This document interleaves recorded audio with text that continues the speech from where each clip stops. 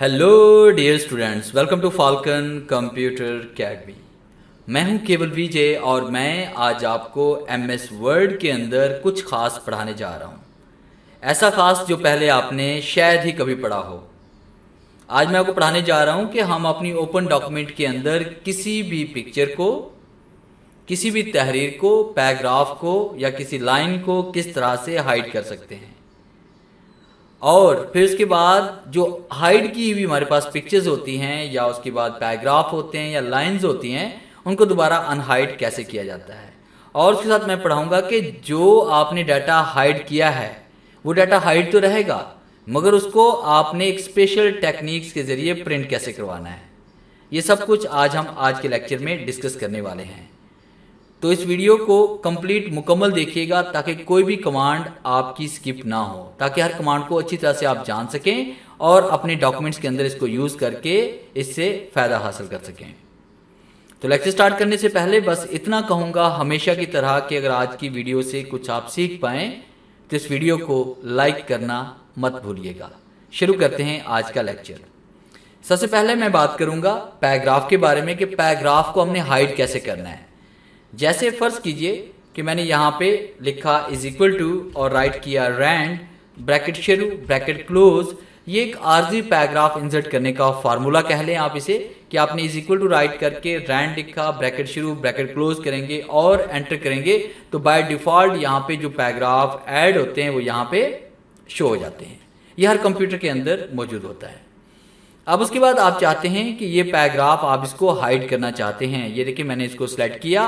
मैं चाहता हूँ कि ये डाटा मेरे पास पेज पर मौजूद रहे, मगर ना तो ये प्रिंट हो और ना ही ये शो हो।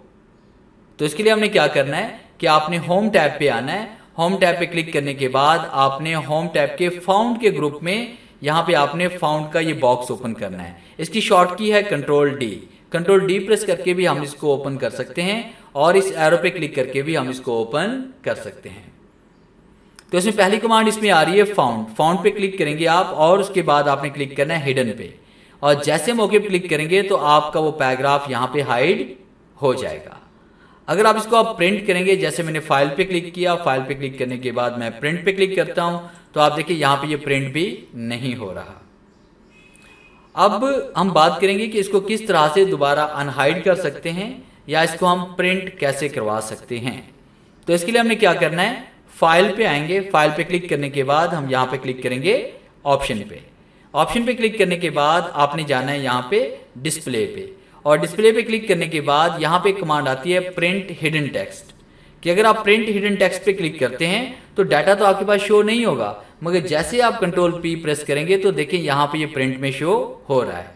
तो है ना ये कमाल की ट्रिक कि आपके काम को किस तरह से ये सेफ रख सकती है। खैर फिर एस्केप का इस्तेमाल करते हैं, वापस आते हैं। अब देखिए आपके पास यहाँ पे डाटा शो नहीं हो रहा। अब डाटा को हम शो भी करवाना चाहते हैं, तो शो करवाने के लिए हमने क्या करना है, इसके दो तरीकाकार हमारे पास हैं।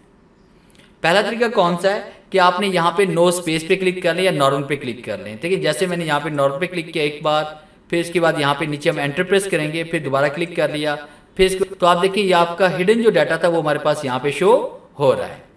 और दूसरा तरीका हमारे पास कौन सा है कि आप फाइल पे आएंगे, उसके बाद आपने ऑप्शन पे आना है। ऑप्शन पे आने के बाद आपने डिस्प्ले पे आना है और उसके बाद यहाँ पे क्लिक करेंगे हिडन टेक्स्ट पे। अगर आप हिडन टेक्स्ट की कमांड को ऑन कर लेते हैं तो डाटा अगर आप हाइड भी कर लेंगे तब भी वो हाइड नहीं होगा।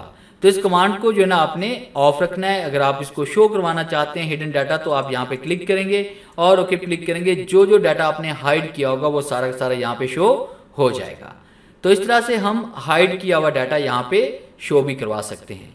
अगर आप चाहते हैं कि जो डाटा आप हाइड करें वो शो ना हो तो इसके लिए आप फाइल पे आएंगे, फिर आपने ऑप्शन पे आना है, उसके बाद आपने डिस्प्ले पे आना है और यहाँ पे हिडन टेक्स्ट पे आप क्लिक करेंगे और ओके क्लिक करेंगे।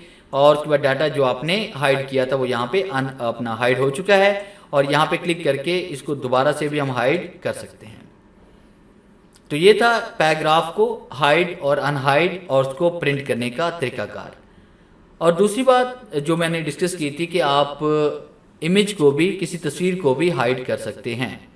तो इसके लिए हम क्या करेंगे, वही तरीकाकार है कि फाइल पे आएंगे, न्यू पे आएंगे, ब्लैंक डॉक्यूमेंट हम क्रिएट करेंगे, उसके बाद आपने इंसर्ट पे आना है और पिक्चर पे आना है।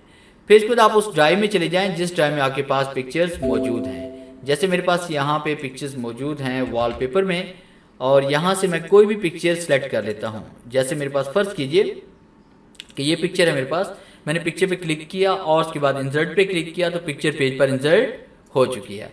इसको मैं यहाँ से रिसाइज कर रहा हूँ। अब इस पिक्चर को मैं डॉक्यूमेंट के अंदर तो रखना चाहता हूँ मगर इसको शो नहीं करवाना चाहता और इसको प्रिंट भी नहीं करवाना चाहता। तो इसके लिए हम क्या करेंगे कि आपने यहाँ पे क्लिक करना है, होम पे आना है, फिर इसके बाद आपने कंट्रोल डी प्रेस करना है या फिर आपने इस एरो पे क्लिक करना है और यहाँ पे हिडन पे क्लिक करेंगे और से ओके कर लेंगे तो वो पिक्चर भी हाइड हो जाएगी।